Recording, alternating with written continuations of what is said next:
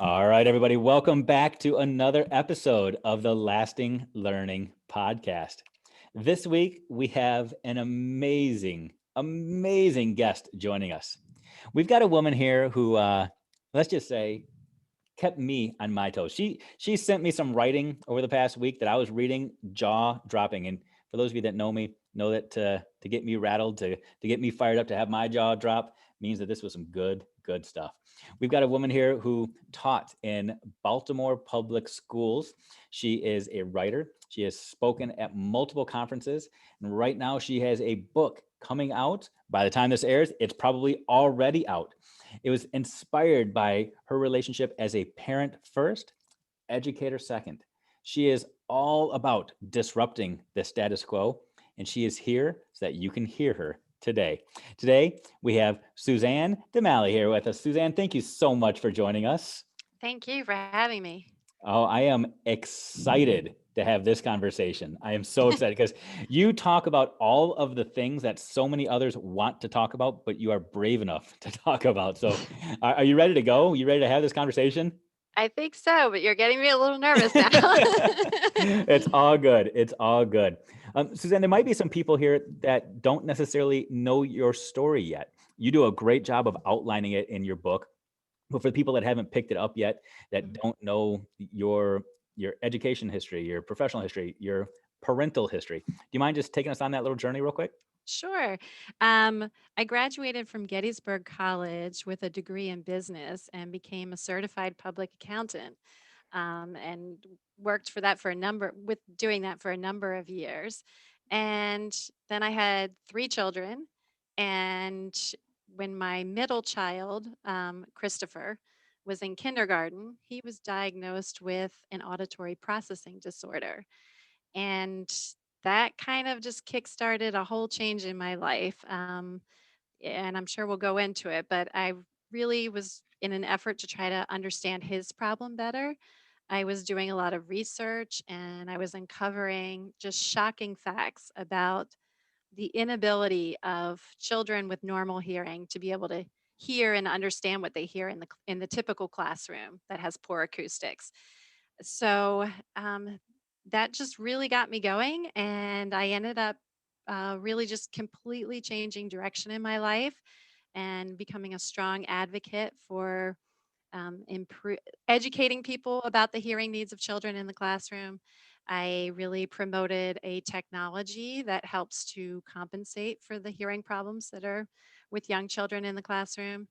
And after doing that for a number of years, really full time, and just putting all of my heart into that, I became just more passionate about education. And after 4 years of having a nonprofit organization and talking to politicians and the national PTA and all kinds of groups to, again, get this technology in classrooms, I said, you know what? I think I really want to go back to a dream that I had in high school of being a math teacher. So I went back to school, got a master's degree, and became a teacher and worked in the Baltimore County public school system. So much in that I want I to know. unpack. That was so Sorry good. about No, that that. was perfect. That was absolutely perfect. So, can we start by just talking through Christopher, Mhm. your middle child? You said in kindergarten, diagnosed with an auditory. I don't remember exactly what the Mhm. diagnosis was, but um, how did that come about? At what point does a kindergarten teacher recognize that there might be a struggle? Yeah, well, it was November of his kindergarten year when I went for the typical parent teacher conference to find out how he was doing. And I should point out he was enrolled in a private kindergarten at that point. It was Okay. just through the church up the street from us. And the kindergarten teacher just started unloading all of her concerns on me. And Dave, in my heart, I had had a lot of the same concerns that she did, and I just, you know, I felt really guilty about thinking that, well, maybe I'm being too hard on expecting him to be doing certain things by this age, and he was my second child. Um, out of three, and his older sister had always just been able to do things pretty quickly and easily, and I thought, maybe I'm just comparing him to her too much. And a lot of people would tell me when I did bring up concerns to, friends or family, they'd say, well, he's a boy and boys always develop slower than girls. And so when she started, bringing up concerns with me about reading and even counting, um, just all kinds of things, you know, I knew, I think in the back of my mind that just something wasn't right, and she just sort of confirmed that for me. But I didn't know what it was, what the problem was. So after kind of talking with her, she recommended that I have educational testing done on him, which I did. And the result eventually was that we found out he had an auditory processing deficit. And what that means is his ears could capture the sounds just the way anyone with Mhm. normal hearing can hear sounds. But his brain had trouble making sense of the sounds that were coming in. Um, it would confuse them and put them in a different order. Um, he was just processing things more slowly. He wasn't able to discriminate between sounds, which is so essential for Mhm. phonics and reading. Um, and I'm telling you this, I had to learn what it meant because I didn't know. We first had the educational testing done on him, and this psychologist said, I'd like you to take him to an audiologist and have some hearing tests done. My first response was, his hearing's fine. Like, we have it tested every year at the pediatrician, and, you know, that's not an issue. And she said, no, I want you to have specific tests for auditory processing. So anyway, we got that diagnosis, and that was kind of step one. And then I had to really, do some research on my own to really learn about what that problem meant, how it would impact his ability to learn, particularly in a classroom when, there's a lot of students, and I didn't know where he would be sitting in proximity to the teacher. And I started learning about all of these problems that, I had 3 children, and my oldest, is 3 years older than Christopher, so she was, I guess, in 3rd grade at the time, and I just was completely unaware of these problems that are impacting every child, every day, in every classroom. Specifically, children do not have fully developed neurological hearing abilities until they're teenagers. So, what that means is that they need a better acoustic environment to be able to hear and understand what they hear than an adult would need. Mm. And they need sounds to be louder, and they need them to be more clear. And we're putting children in classrooms, mostly older classrooms, with these heating systems that are clanking away, and kids are shuffling their feet and tapping pencils. And, the teacher, who knows where the teacher is in the room, what the distance from the students, and they're missing out on up to a third of what the teacher is saying Mm. because of these issues. And that's the normal hearing child. And then I started discovering that, about 14.9%, I think it was, of children actually have a permanent hearing impairment that makes hearing even more difficult when they're in the classroom. And then we have all these kids in the elementary schools who have a temporary hearing impairment from ear infections, which causes fluid to remain Mhm. trapped in the ear, and that disrupts the transmission of the sounds. So, and parents, I had 3 kids, we had ear infections, Yeah. off and on. And you think that, okay, I put them on an antibiotic and it's going to be cleared out and no big deal, it's gone. Well, that fluid can remain trapped in the ear for like a month or two. So we're talking about kids maybe sitting up to 8 weeks in a classroom and they're not hearing correctly because of one ear infection. Mm. So putting all this together, what it meant is our kids are at a disadvantage in a classroom environment, from being able to hear and understand their teacher. And that's going to translate into, becoming unattentive and just lower academic performance, and it will impact literacy.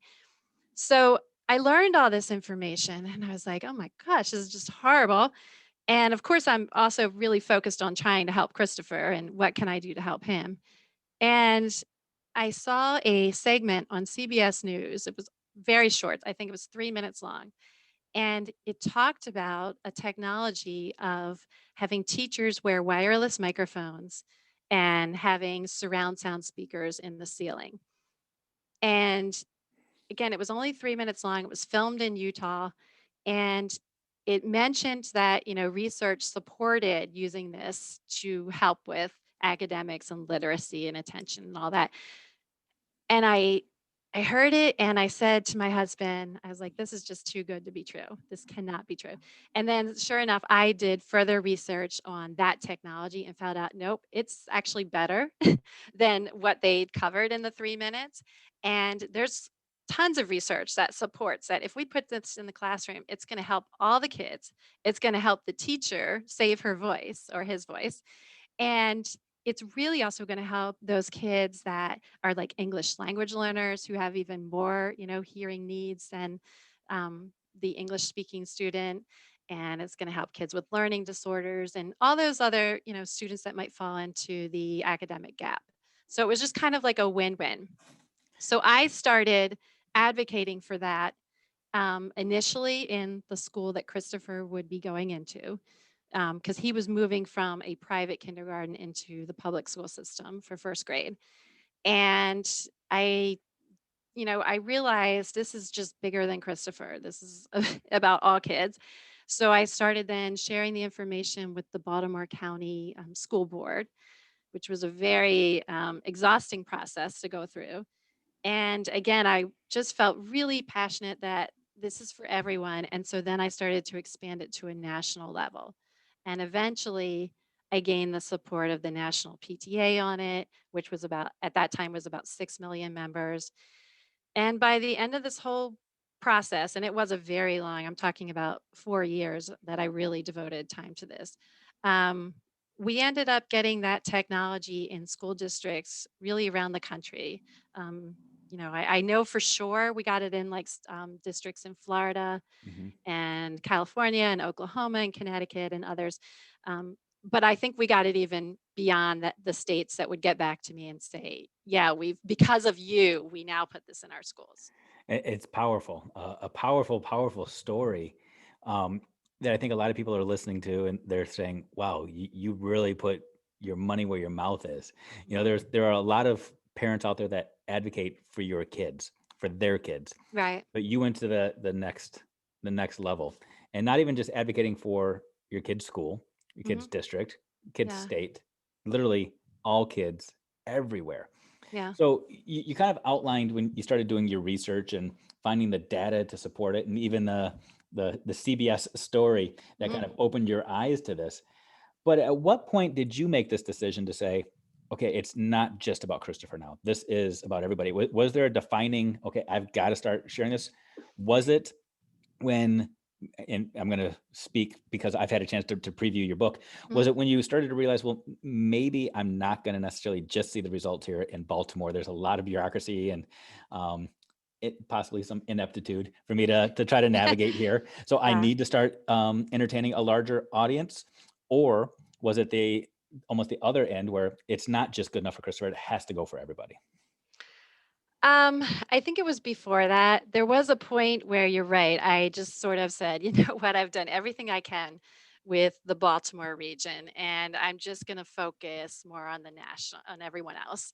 Um, because there was a lot of ineptitude, as you point out, with some politicians in our area. And anyway, that's a long story.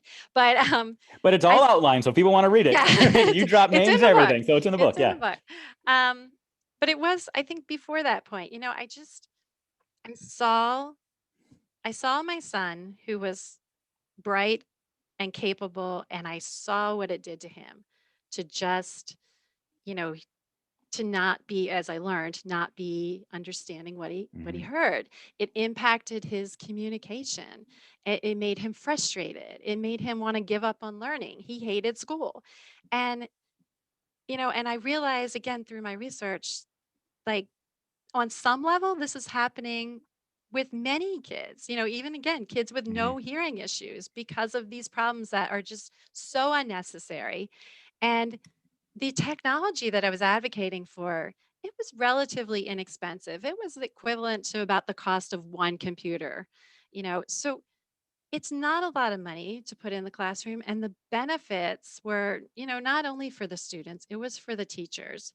And there was research that supported that money would be saved on substitute pay because teachers wouldn't be losing their voices often and have to take off, and savings on special education referrals. So I'm like, this is just a win-win. It's a Mhm. no-brainer.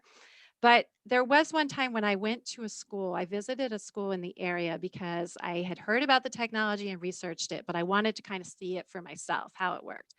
And I found out there was a school like 30 minutes away from me that had the technology in it in some of the classrooms. So I arranged with the principal to go and meet with her. And I went with all these questions prepared that I was going to ask her about how it was working. And I realized she didn't really know anything about it, and she actually had the technology in her school, but very few of the teachers were using it Mm. because she and the teachers were mostly new to that school, like, everybody had kinda moved out since the equipment was originally put in by a different principal, and they just didn't understand what they had.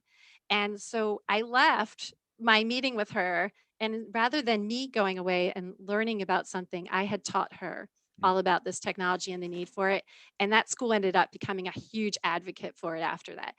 And I think it was when I left there, I was like, I really need to start educating people about this. They need to It understand it. I love that, and I wanna circle back to that, in just a minute, but Mhm, I wanna dig into your own education as well. mhm. You mentioned that you started this journey and then you went into the classroom. Right. And I can only imagine that your journey into the classroom was yet another foundational, pivotal moment in your awakening. So Yeah. you saw one lens of looking at Christopher and Mhm, trying to increase the hearing capacity for all kids. I mean, the mhm. name of your book is "Can You Hear Me Now?" So I mean, Right. it's a pivotal point in your professional and your personal journey. But then you walk into your own classroom in your own school where you start off as a long-term sub and then you became a full-time teacher.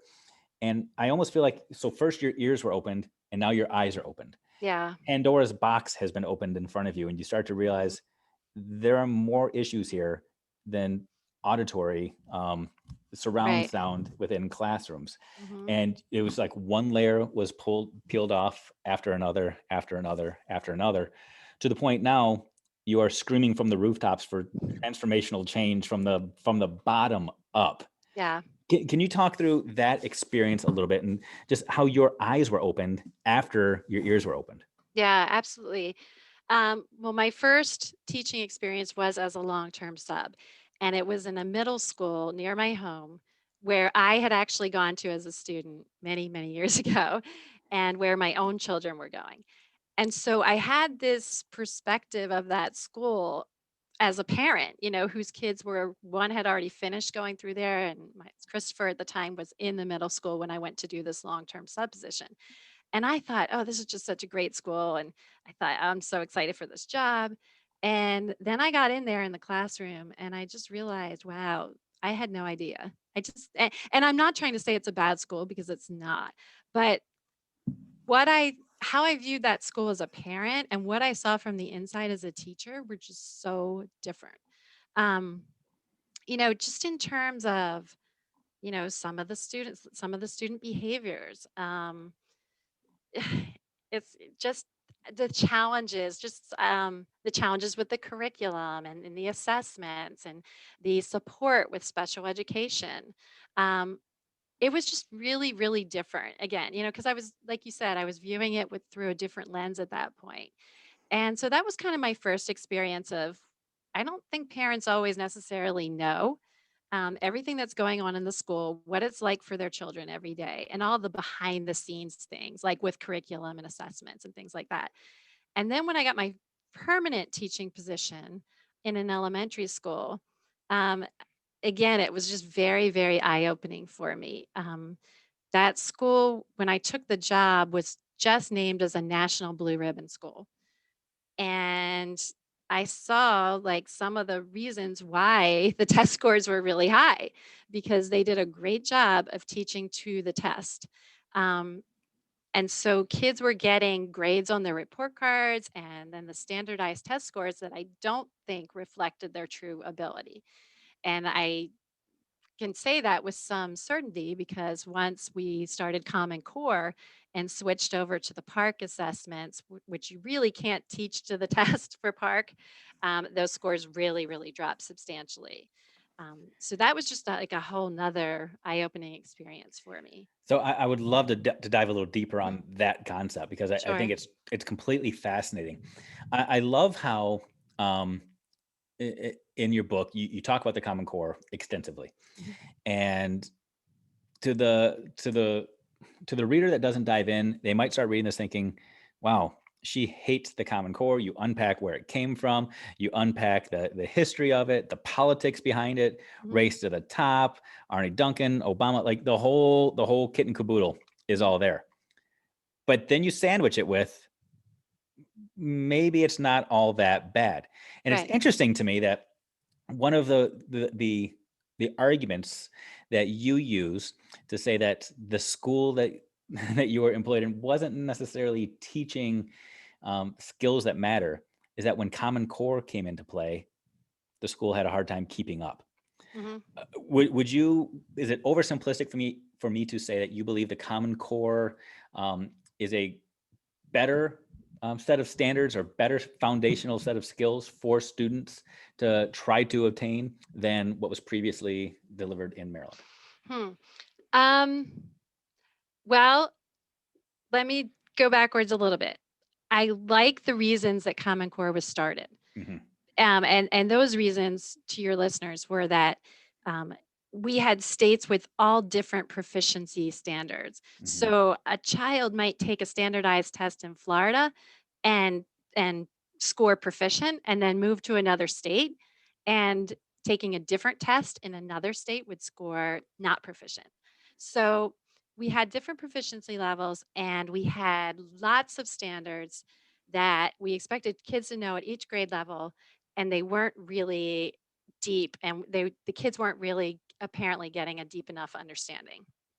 um, Common Core, I think, so that's why Common Core came about. And I do believe that we should have a national set of standards because kids are moving around, Hmm. families move around, and a kid or child in Maryland or any other state, we should have the same measure of their level of understanding and the same expectation. So I believe that's a good thing. I also really like with Common Core that it really focuses on a deep conceptual understanding, at least in regards to Hmm. math. Absolutely. And everything that I'm talking about with Common Core, really my experience is all with the math piece of it. So I'm I really am not qualified to address like the ELA piece. Um, so I really love all of that. You know, the problems that I see with Common Core, first of all, there was a tremendous problem in how it was rolled out. Hmm. It was just kind of thrown out there, and states were incentivized to adopt those standards through Race to the Top, um, which anytime money's put into the picture, it just kind of changes things. Um, but it was rolled out poorly. Teachers didn't understand it. The curriculums weren't really written and tested, especially in my area. I can tell you that was a disaster. Um, and parents didn't understand it, and nothing was really being done to educate the parents about why it was being introduced and the reasoning behind it. And parents couldn't help their kids with the homework, particularly the math homework. Hmm.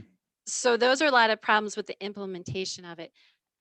My one problem is I think it's again goes to a one size fits all. And that's kind of a lot of my problem with a lot of things in education is that we have this one size fits all and we have a very diverse student population. Everyone's a different kind of learner. Everyone has different things going on in their life. It just makes them an individual. And Common Core, what I saw is it didn't always work best for the kids that really struggled with math and number sense. Um, it sort of it was almost like a little bit too much for them sometimes, because for example, in fourth grade, these kids would learn like four different ways to multiply, four different ways to divide, and kids that are really struggling with math, sometimes that was just too much for them. They would just get it confused. they had some of those kids would have a hard enough time understanding when do I use multiplication and when do I use subtraction or addition. And then we're putting in all these different strategies for using each of these different operations. And it was just too much. Yeah. Um, so that is one of my problems with Common Core. So I want to go back to your conversation about the rollout of it, and I Mhm. could not agree more. Like with most initiatives, something could be the Yeah. best idea, and the rollout of it Mhm. makes it a disaster. I've actually argued for the last 10 plus years that we've had a race to the top long before Obama and Arnie Duncan established the race to the top. You go into any high school and look at the honor roll and the race to be the top 10 student or the top 20 student. We have internal races to the top where Mhm. you've got students competing truly for scholarship money. They're competing for money to Mhm. try to do whatever they can do to manipulate or game the system to try to get money because they have made it to some arbitrary measure of the top. Right. And that same kind of thing, we see it play out where students are trying to manipulate GPAs by taking. I was a student that did the same thing. My senior year of high school, I took 4 hours of volleyball because that was a great GPA booster for me, and a Mhm. couple of AP classes because it was the game that was played. And the Right. same sort of thing happened with the rollout of the Common Core. And then you had other people who might not have been at that top that start arguing, well, it's not fair for us. It's not fair for us. And we start to complain about the system or the way it was rolled out, as opposed to taking a deep dive and looking at things. And I agree with you. The Common Core, deep conceptual understandings. Mhm. We can have lots of debate about whether or not those things are the right things. And we're not going to do that right now. I know Mhm. people are already doing that. States all across America are doing it. Florida and Texas have peeled back and said they're going to come up with their own version of the Common Core because of the rollout. It's really the Common Core, Yeah. just with different names on it because they wanted to rebrand it. Mhm. But I'm curious about a piece that you said at the tail end of your last answer. You mentioned that you think it's a good thing to have a common set of standards across the country because of the transiency of students, Mhm. because kids are moving around. We want to have an equal measuring stick, if you will, to compare things. I've said before, a standard is only standard if it's standard. Mhm. So we'll put that there. But yet you also argue against a one size fits all approach. Hmm. Can you reconcile those two things for me? How do you have a common set of standards, Mhm. but not have a one size fits all approach? Um, I think you can have a common set of standards and allow a little bit more discretion and autonomy with the educator as to how to get there. Yes. So it's not the what, it's the how. Is that Right. that? Yeah, could not agree more. And I think that that's where a lot of people get lost in the conversation.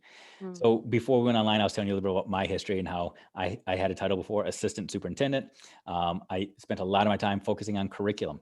I can't tell you how many different people have a different understanding of what that term means, curriculum. Is it the person that tells us what to teach? Well, no, because the standards do that. Is it the guy that tells us how to teach? No, I support you in that. Am I the Mhm. guy that simply tells you what resources you can use? Well, possibly. I mean, there's so much confusion along those lines, especially within schools and systems, where Mhm. teachers are are evaluated and given directions on how they teach, not necessarily whether or not they're meeting benchmarks. We use our own lenses on what worked for us and think it's supposed to work for everybody. We focus on best practices and we manipulate that term to mean our practices. I mean, Right. you are Right. spot on with this. So how do teachers then take a standard that might be a uniform standard from Maryland to Mississippi and say, but I'm going to put my own twist on it in my classroom? What is the solution to that? Well, they need a principal or an administration in their school who's going to be supportive of that. Hmm. Um, I think that I was lucky to work with, I remember one of my APs, I think was really supportive, like in believing in me that I knew what was best for my students. But that's not the case for all teachers where they work. So that's one thing that they need.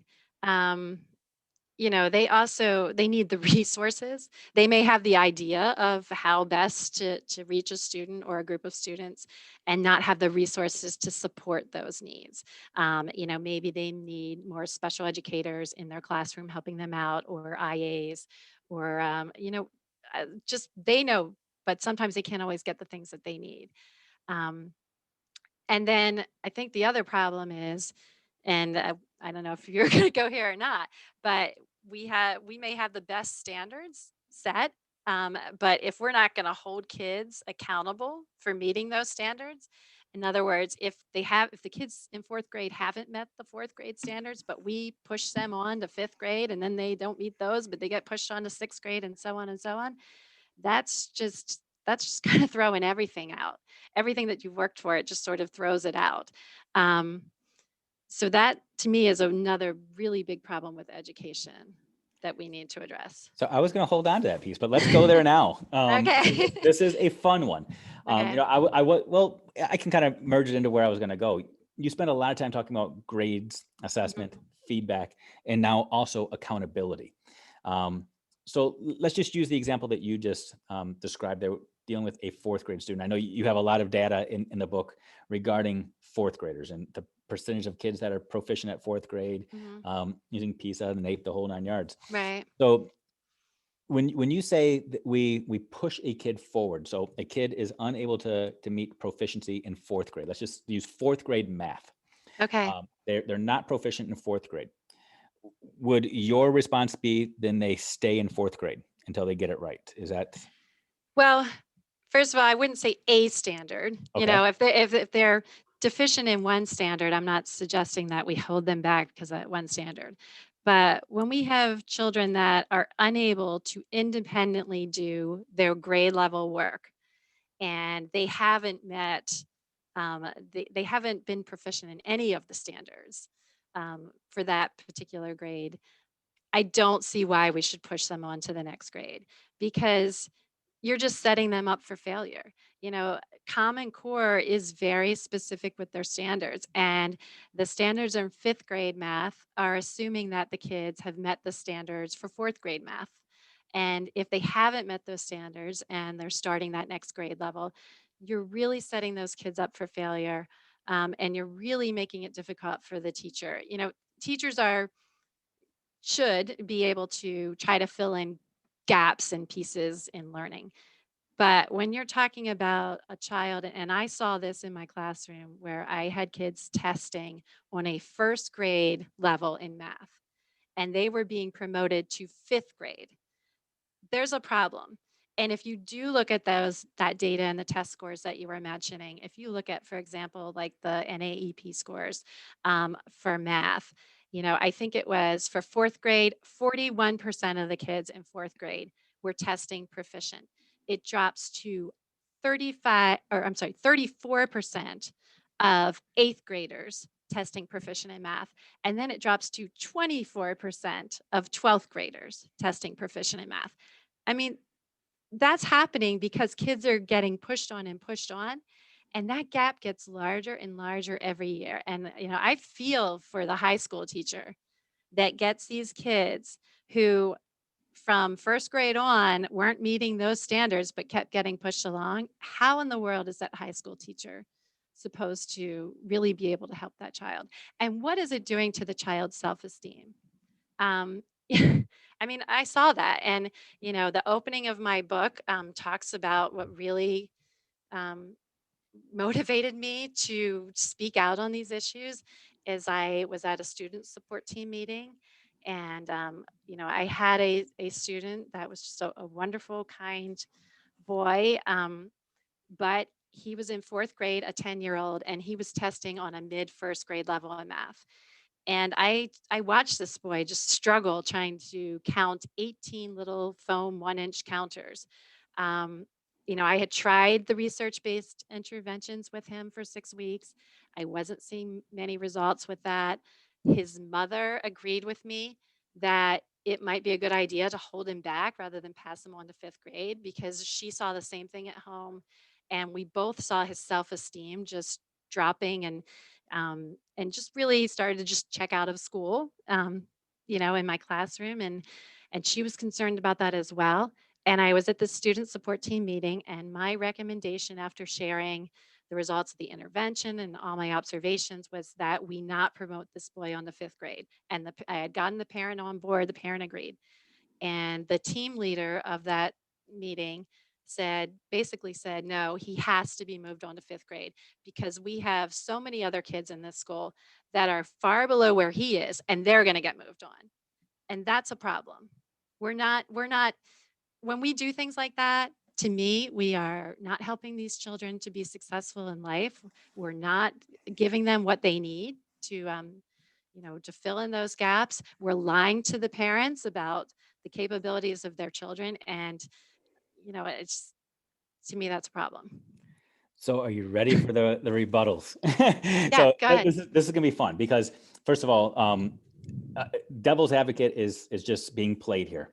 Mhm. Doing this to try to sharpen the saw because there are people listening right now that I guarantee there are a vast majority are listening to this saying, preach it, preach it, preach it. You're saying what I want to say.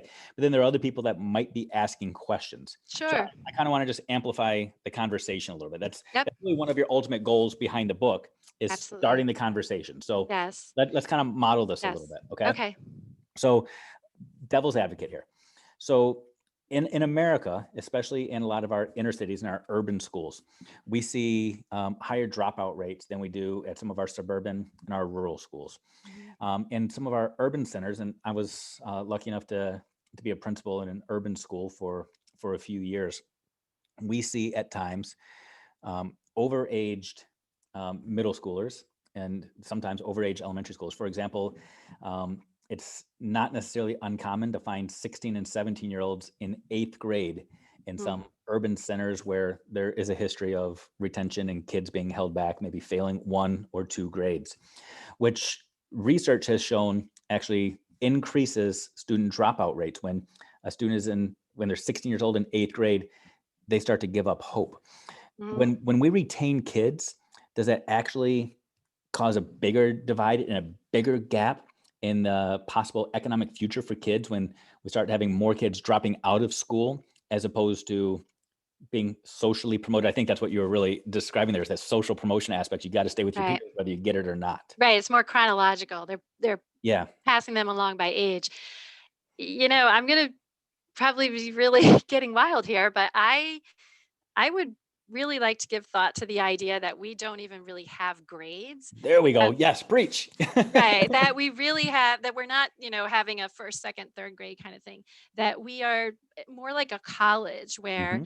you have to, have gotten credit in this course before you take the next math course. And so if you did something like that, rather than just moving everybody in a group by their age through the system or hold them back as you're bringing out, um, you know, that would allow for maybe the kids that are super strong in reading, you Yes. know, they're getting to those higher reading courses and being able to take those and you know, probably being more invested in school because they're getting more out of it. They're enjoying the class. It's challenging them more.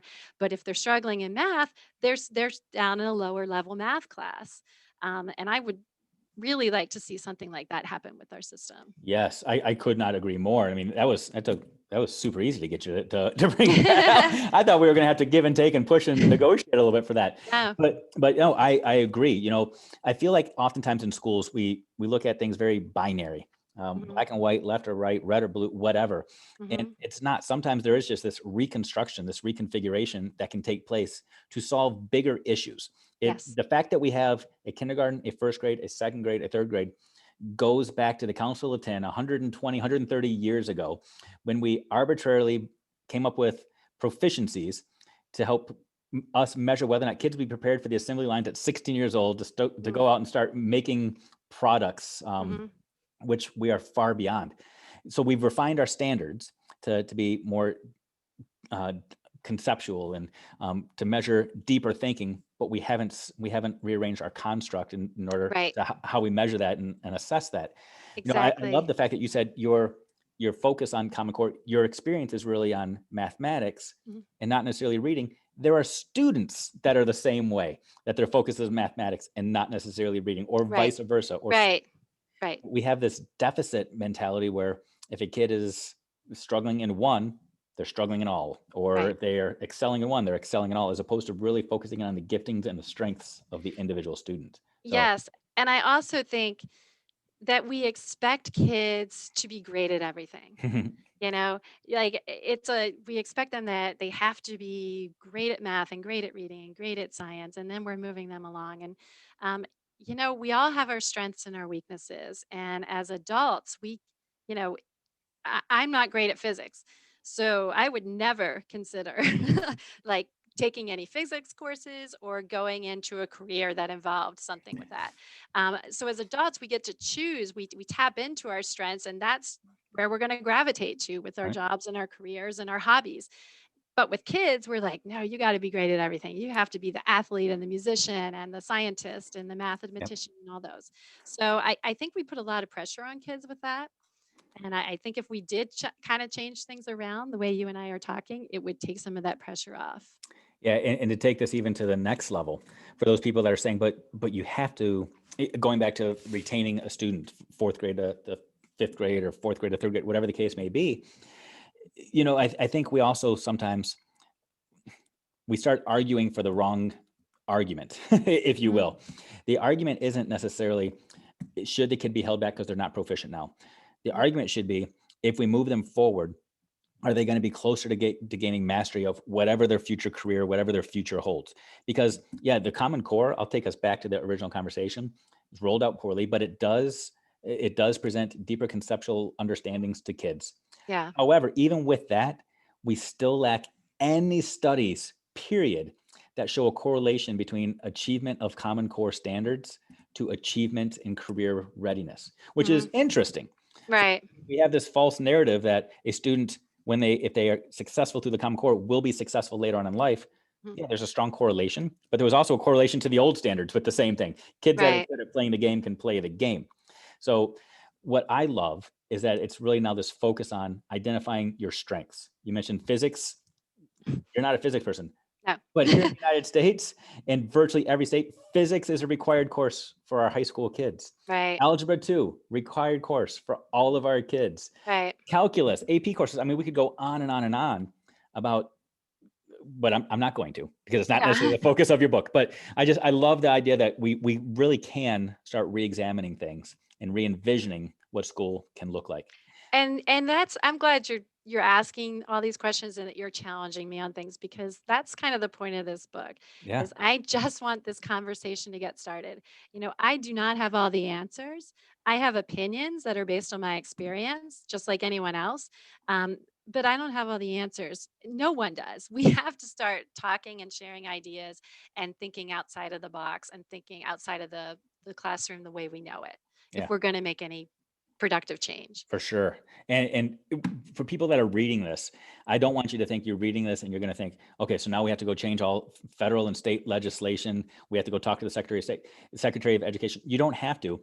You Mhm. put very tactical and practical, tangible things from the classroom educator all the way up to the state level. You talk classroom grading practices, the impact that zero has, the grading on the mean, like lots of things that people that know me know that you're speaking my language right now, Mhm. but you give people practical tools so they can start to own the change in their own world, in their own Yeah. classroom, because that's where it begins. Mhm. So with all of these things, if you had the power and PTA comes and says, we're going to do a big fundraiser for you because we want you to start the model school for us, and you get to reinvent schools, where do you start? What does it look like, sound like, feel like? What's different about it? Oh boy. Um, well, I would definitely make the class sizes smaller. Hmm. I would have more resource help. Um, I would bring in specialists of, where right now we're expecting the teachers to be the psychiatrists and the social workers. And I was dealing with some very challenging emotional and behavioral issues of the students that I worked with. I don't have professional training in that. I mean, I did the best I could, but we need professionals to help with some of these situations. So I would just try to fill the school with resources and smaller classes, and really give teachers more time. Teachers, people do not realize, who are not teachers or they're not married to a teacher, just how much time a teacher has to spend outside of school in order to do their job when they're at school. Can I just pause you real quick? I think Yeah, it's powerful, and I don't even know if you're aware of what you just said. You probably just not.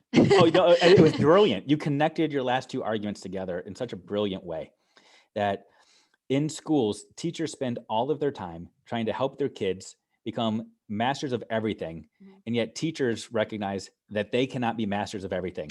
Yes. They need specialists to help them out, Yeah. and yet with we do all we're asking for specialists within a system that requires students to act like there are no specialists. Hmm.